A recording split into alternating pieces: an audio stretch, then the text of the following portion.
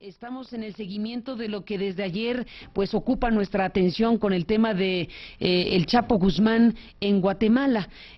Surgió la información de que habría habido un enfrentamiento, de que habría personas que murieron, de que uno de ellos podría haber sido Joaquín Guzmán Loera, el Chapo Guzmán, este archiconocido narcotraficante mexicano, multimillonario según las revistas de Forbes, y este hombre que, bueno, pues ya se convierte en una suerte de emblema del crimen organizado para México y a nivel internacional. El hecho de que se haya dado a conocer algún tipo de información que hablaba de la posibilidad de la muerte en Guatemala de Joaquín el Chapo Guzmán, bueno, pues activó todas las alertas y alarmas y hubo una gran efervescencia ayer por la tarde-noche. Yo le agradezco esta mañana al ministro del Interior de Guatemala que me tome esta llamada telefónica para que nos diga exactamente qué nos puede informar a México de lo que ha sucedido y de lo que no ha sucedido. Mauricio López, ministro, gracias por tomar la comunicación desde México a Guatemala. Buenos días y bienvenido. Muy buen día, Carmen. Es un gran gusto estar con usted y un saludo para el pueblo de México. Gracias, Mauricio. Díganos qué sí sucedió y qué no sucedió en torno al Chapo Guzmán ayer. Sí, bueno, mire, ¿qué sí sucedió? Fue que más o menos a las 19 horas empezamos a recibir una avalancha de llamadas de medios locales, de agencias internacionales y posteriormente también ya de medios internacionales, pidiéndonos confirmar una información que se tenía de un supuesto enfrentamiento entre narcotraficantes. Inicialmente se reportaba en el centro del departamento del Petén. Habían otras informaciones que hablaban de frontera cercana a México, en un municipio que se llama Sayaché, y la primera información puntual era en San Francisco, que es un municipio en el centro. Nosotros empezamos, como nos ocurre muchas veces, ¿verdad? Los medios de comunicación tienen información antes de un suceso y nosotros la corroboramos en campo para dar los detalles. Empezamos a movilizar tropa del ejército, de la Policía Nacional Civil, y fuimos a diferentes puntos que se había indicado. Se hablaba inicialmente de la aldea San Valentín en San Francisco. Había un rumor también en el área que habían visto pasar una columna de vehículos, gente que decía que había quedado unos vehículos con armamento y que había habido un enfrentamiento. Entonces, esto se complementó con algunos rumores locales. Estuvimos toda la noche hasta aproximadamente las 2 de la mañana de hoy, monitoreando todos los rastreos que fueron infructuosos. Al día de hoy estamos en un sobrevuelo, patrullajes aéreos, porque hay lugares de poco acceso, y hemos tenido una última información que estamos viendo unas órdenes de allanamiento en unas fincas. Calculo yo que en un par de horas, unas 2 o 3 horas, nosotros podríamos tener ya completado todo el patrullaje sobre los puntos que nos dijeron y dar una información como tal. Eso fue lo que pasó.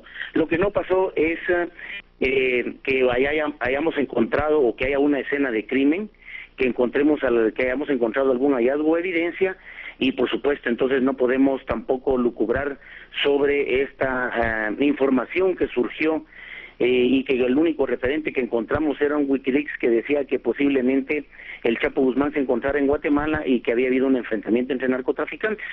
Estamos entonces terminando de explicar esa situación la mañana de hoy con patrullajes aéreos.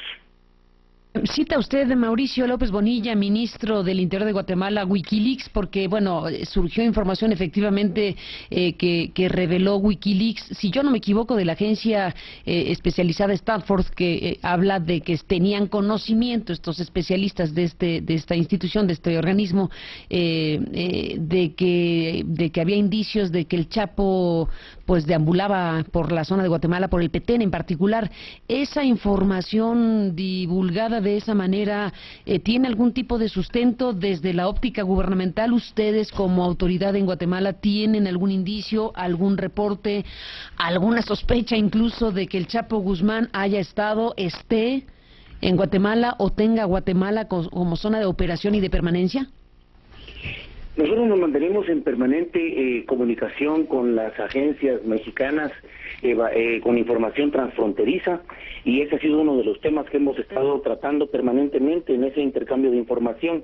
Realmente yo le puedo decir que se ha quedado en el marco de los rumores, de ciertas informaciones no comprobadas, y nosotros no tenemos evidencia o hallazgo de que él haya estado en algún momento en los últimos meses desde la administración del presidente Otto Pérez en alguna parte de Guatemala, pero siempre ha habido un rumor muy fuerte de que se mueve entre México, Guatemala y Honduras, pero yo le puedo decir a usted que no tenemos información o inteligencia al respecto que nos permita definir que hay algún hallazgo que le dé veracidad a esta información. Déjeme agregar algo de lo que se publicó precisamente en este sitio de Wikileaks, que reveló parte de lo que eran los archivos de esta consultoría Stafford. Ahí se decía que desde 2006 los Zetas, esta organización criminal mexicana, y el cártel de Sinaloa desarticularon los cárteles existentes en el norte de Guatemala y que que tomaron su lugar. Esto es lo que dice en este correo de una cuenta de Stafford, según el reporte que reprodujo Wikileaks y después fue tomado por varios medios de comunicación. De este punto, Mauricio López Bonilla, ministro del Interior de Guatemala, ¿qué nos puede decir? Efectivamente, los Zetas y el cártel de Sinaloa desarticularon a los cárteles locales y tomaron su lugar, y hoy son los que dominan esta actividad criminal en su país. Sí, fíjese que lo que hubo fue una incursión a partir del 2009 por parte de los Zetas en el norte de Guatemala, Petén, luego un avance con la complicidad de una líder narcotraficante que ya fue extraditado a Estados Unidos, el señor Walter Overdick, en el área de las Barapaces, y luego hubo una movilización hacia el oriente del país, frontera más o menos con Honduras y El Salvador. Y ellos desarticularon parte, aquí no lo hablamos de cárteles realmente en Guatemala, sino de grupos y asociaciones que lo que facilitan es el trasiego y que servían a algunos cárteles mexicanos. Eso sí se ha dado de esa manera. Esto ha disminuido después del 2009 al 2010, que fue el momento en que ellos estuvieron con mayor presencia, al 2011 que tuvieron capturas importantes, y por supuesto el año pasado disminuyó bastante la influencia de la organización como tal, pero se quedaron en el área grupos operativos guatemaltecos que estaban vinculados a ellos, y estos son los que han seguido operando en el área para facilitar trasiego, pero entre ellos mismos han habido tumbes de droga y también tumbes de dinero, y esto ha complicado un poco la situación fronteriza en ese sentido. Entonces la presencia fundamental que había habido sobre esta relación con Guatemala es de una organización que los Zetas fueron captando a lo largo de su avance, porque como usted bien sabe, ellos no se dedican únicamente al tema del narcotráfico, del trasiego, sino que entran también a temas de extorsiones, de secuestros. Ellos van cooptando a estructuras criminales de las áreas para tener control sobre ellas y poder ir haciendo acopio, y esta es parte de la influencia que aún queda en el área, y sí hay algunos grupos vinculados a ellos, pero realmente no tienen el poder que el 2009-2010 tenían aquí en Guatemala. Mauricio López Bonilla, ministro del Interior de Guatemala, imposible de no pensar cuando lo escucho y cuando hablamos de la incursión de organizaciones con origen mexicano en su país, en Guatemala, de sucesos estremecedores y trágicos y terribles por los cuatro costados, como aquello que ocurrió precisamente en el Petén, aquello que en mayo de 2011 sucedió, donde 27 personas fueron asesinadas, decapitadas, un horror, una cosa dantesca, como recordamos en aquella finca llamada Los Cocos en La Libertad, Petén. Y lo que se dijo entonces, y yo le pregunto si este suceso trágico, inaudito, está precisamente relacionado con lo que usted describe, víctimas que fueron ejecutadas, se dijo, por un grupo narcotraficante denominado Z200, que se vincula o deriva de los Zetas mexicanos. Aquello sucedido en 2011, traído a cuenta en este 2013, Mauricio, ¿a dónde nos conduce? ¿A qué tipo de situación en Guatemala donde hay presencia de vínculos narcotraficantes con organizaciones mexicanas? Sí, correcto. Bueno, en primer lugar tiene muy bien usted el escenario desde el 2009 para acá. Esos hechos que usted describe del 2011 fueron sumamente impactantes para el país. Realmente el tema de los grupos criminales que se han apropiado de las rutas de trasiego en el caso de los guatemaltecos. Nunca habíamos visto una situación como esta y cuando empezamos a ver este tipo de acciones verdaderamente dantescas, como usted le dijo, sin ningún escrúpulo, esos eran 27 campesinos, fue para mandarle un mensaje a un narcotraficante local, con total desprecio a la vida, sin ningún tipo de escrúpulo, una hazaña. Posteriormente en el área de Cobán asesinaron a un auxiliar de fiscal, lo decapitaron y se tomaron fotografías con la cabeza de ese fiscal. Esos ya eran gente guatemalteca vinculada a los Zetas, y en toda esta área entonces sonó mucho el tema del Z200, que es parte de la organización que venía estructurándose. Los temas también impactantes de el asesinato de Juancho León, que era uno de los narcotraficantes más conocidos del país, y en el caso también de Aguasarca, en Huehuetenango, fueron grandes operativos militarmente bien montados, bien coordinados, bien planificados, y por supuesto con una expresión de poder que sobrepasaba lo que habíamos visto. Todo esto eran características de la organización de los Zetas en el avance que habían tenido en el país. Afortunadamente, al día de hoy, este tipo de situaciones se minimizó, y lo que podemos decir es que ha habido una fragmentación de los grupos criminales de Guatemala sobre la base que han sido capturados los líderes. El señor Overdick, que fue el que les facilitó la entrada por el lado de las Verapaces, ya fue extraditado de Estados Unidos. La muerte de Juancho León fue otra situación. La extradición de Mario Ponce, que operaba en el área de Chiquimula para la frontera con Honduras, de la misma manera. Y esto lo que hizo fue provocar una fragmentación de esos grupos en grupos más pequeños, pero que quedaron sumamente armados y con alguna capacidad, y eso es parte del objetivo que tenemos al día de hoy.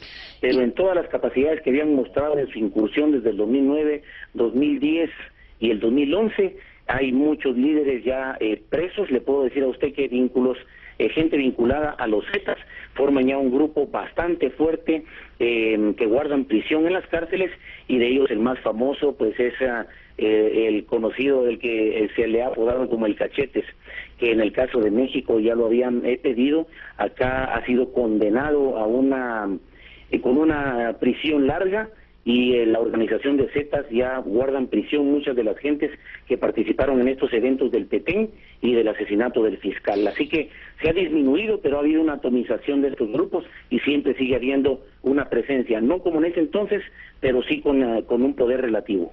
Atomización de los cárteles locales. Bueno, usted dice buena parte del asunto ha derivado en capturas de esos cárteles asociados también a los mexicanos, pero además de eso, supongo que también habrá habido un realineamiento de las fuerzas locales del narcotráfico. ¿Frente a qué hemos estado en Guatemala? ¿Frente a una disputa entre los Zetas y el cártel de Sinaloa del Chapo Guzmán y los cárteles locales asociándose a un grupo o al otro? Sí, bueno, en el caso de los Zetas es un avance disputando territorio, y como le decía, no específicamente en temas de narcotráfico, sino cooptando a grupos que se han dedicado en delitos transfronterizos y transnacionales, como por ejemplo el robo de vehículos, que muy fácilmente migran a otras expresiones como el sicariato.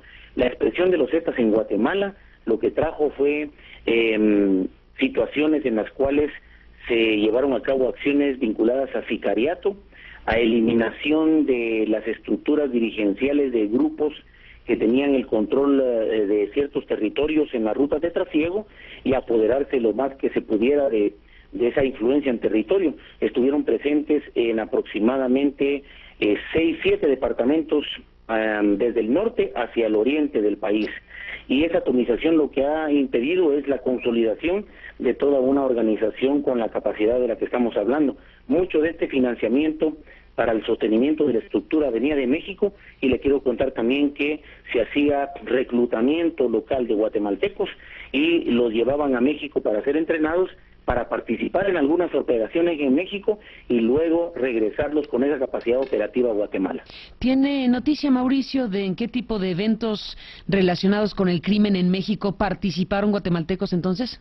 ¿Recuerda algún caso? Sí, no lo tengo en este momento en mente, pero lo que nosotros hemos evidenciado a través del trabajo de inteligencia era precisamente el reclutamiento de guatemaltecos llevados a México, participando en operaciones, siendo entrenados allá y luego regresados al país ya con capacidades, con una instrucción paramilitar, podríamos decir, y desde ese punto de vista regresaban con una capacidad operativa mucho más alta de la que podía realizarse aquí en el país.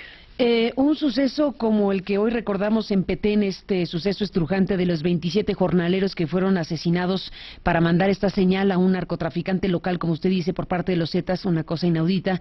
Bueno, algo parecido por lo brutal, por lo falta de escrúpulos, como usted dice, ocurrió en territorio mexicano. Recordamos esa matanza de migrantes y de personas absolutamente indefensas en San Fernando, Tamaulipas. Sí.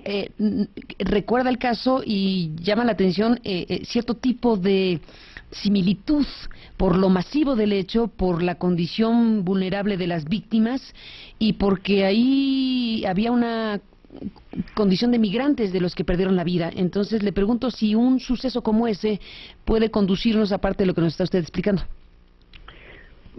Sí, mire, por supuesto, todo esto ha sido ligado en el intercambio de información que mantenemos permanentemente con las agencias mexicanas, y nosotros acá en el país no hemos tenido específicamente una expresión como esa que usted está diciendo. Ha sido eminentemente un tema de disputa territorial, y bien, Guatemala forma parte también de un flujo de inmigración ilegal que va hacia el norte, obviamente, pero en el caso guatemalteco específicamente no hemos tenido una situación en esa línea de lo que usted me plantea. Bueno, pues Mauricio López Bonilla, le agradezco muchísimo que nos haya tomado esta llamada de México a Guatemala. Déjeme cerrar esta conversación para preguntarle a usted mismo, que hoy nos dice lo que nos dice sobre lo que ayer fue pues un hervidero de noticias sobre el Chapo Guzmán en Guatemala. ¿En qué momento usted tuvo información y de qué tipo para que usted mismo haya planteado que había abatidos 2 delincuentes y que uno de ellos tiene o tenía un gran parecido físico a Joaquín el Chapo Guzmán? ¿Qué información le llegó y de dónde, como para poder decir lo que en su momento dijo, que ahora ya ha aclarado, digámoslo así? Sí, fue una declaración porque el declarante es el mismo, ¿no? En las que estábamos, yo les indiqué específicamente que la información que había era del área, era una información que se había visto una de vehículos, y que lo que estaba reportándose era que como consecuencia de un enfrentamiento habían 2 personas fallecidas y que una de ellas se decía que tenía rasgos parecidos a los del Chapo. Sí, Me plantearon una situación hipotética, qué procedería si en el caso de Guatemala no se le identifica, qué se podría hacer para definir exactamente, porque yo les decía, podemos llegar, tomar fotografías, pero no podemos asegurar si esa persona que se pareciera, si ese fuera el caso, asegurar plenamente que sería Joaquín Guzmán. Aquí entra entonces el tema de que estábamos en intercambio de información y que sabíamos positivamente que podría haber una comisión, que si se lograba afirmar este evento que todo el mundo suponía que podía haber ocurrido, entonces tendríamos una capacidad no solo de identificación biométrica, sino también desde el punto de vista de comparación de ADN. Ese era prácticamente lo que estábamos hablando como una posibilidad, si se verificaba el caso, si estaba uno de los fallecidos bajo esas características y si teníamos que identificarlo, porque localmente no podríamos hacerlo.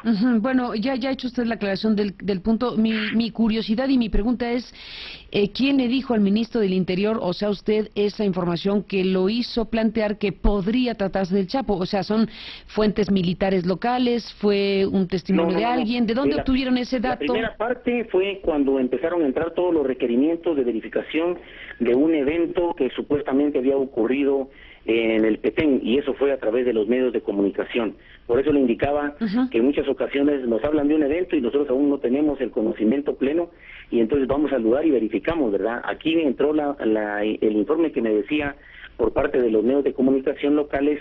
¿Tiene usted conocimiento de un evento que supuestamente ha ocurrido en el departamento del Petén, un enfrentamiento entre narcotraficantes en donde supuestamente podría haber fallecido el Chapo Guzmán? Y mi primera respuesta fue, no tenemos información, déjenme ver cómo la verificamos y la corroboramos. Y entonces empezó todo el requerimiento de información en el lugar, y fue cuando dieron inicio los patrullajes.